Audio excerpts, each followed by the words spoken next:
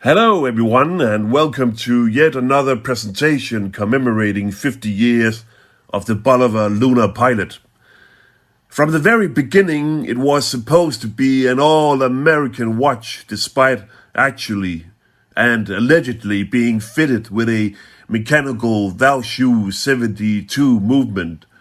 Prior to the 1971 Apollo 15 mission, Bulova had already approached NASA in order to present their prototype, the 88510-1 chronograph, fitted with the aforementioned Valshoe 72 mechanical movement.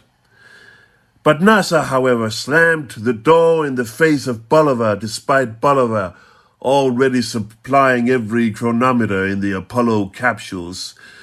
The watch did not pass the NASA test. Bulova, however, under the leadership of former World War II General Omar Bradley, persuaded Dave Scott to bring with him the Bulova prototype to the moon. And despite being an unauthorized personal item of Commander Dave Scott, the Bulova Lunar Pilot nevertheless became part of Apollo 15 history when Scott used it on the lunar surface. In the end, it became Commander Dave Scott himself who ultimately slammed the door in Bulova's face when he got caught up in the postal cover incident, leaving him under suspicion for allowing a third party to thrive from NASA's endeavor. Commercial interests were suddenly at stake, and NASA would have none of it, withholding Bulova's name for years to come. In effect, the watch had officially never been worn on the moon, and Dave Scott would ultimately cast the watch into oblivion until a day in 2015 when a $1.65 million auction sale suddenly became a lucrative proposition. In 2016, Bulova launched a quartz version of the once 88510-1 mechanical prototype with a renewed dial layout and date indicator, however retaining the left side of the Lunar Pilot as exactly the same as that of the original prototype. The fact that this new upgraded version was fitted with a 262 kHz high-performance quartz movement, in fact an in-house Bulova quartz movement, was a mere necessity caused by citizen-owned Bulova's quartz movement lineup.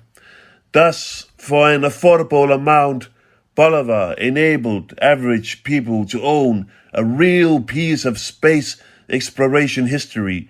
One should think that this high-precision marvel, perpetually connected with the Apollo 15 mission, would become a must-have for every watch enthusiast. But oh no, how Bulova must wonder.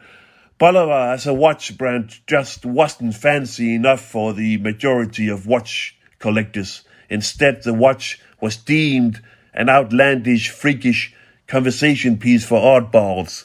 A true testimony of watch snob stupidity. Unless it cost at least 5,000 grand, it just wasn't good enough. Oh no, this oddity will certainly not become a sought-after collectible in the future. For that, it is too cheap, despite being revered as the Apollo 15 timepiece in all eternity.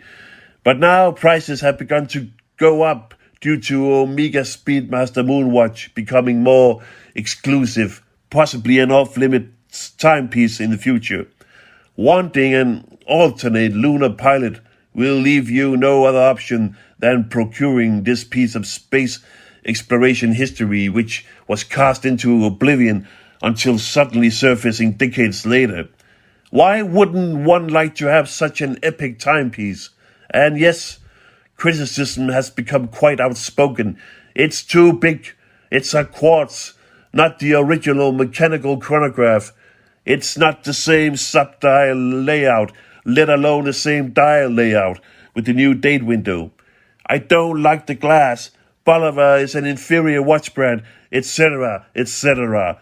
In the years from now, one will see people craving for this 2016 timepiece after it has become a classic. The timepiece itself is incredibly comfortable to wear, especially in hot weather. The dial is just so readable that it makes you chuffed to bits. There is no other timepiece in the world like this, none other to be had like this. This will always be the epic Apollo 15 timepiece.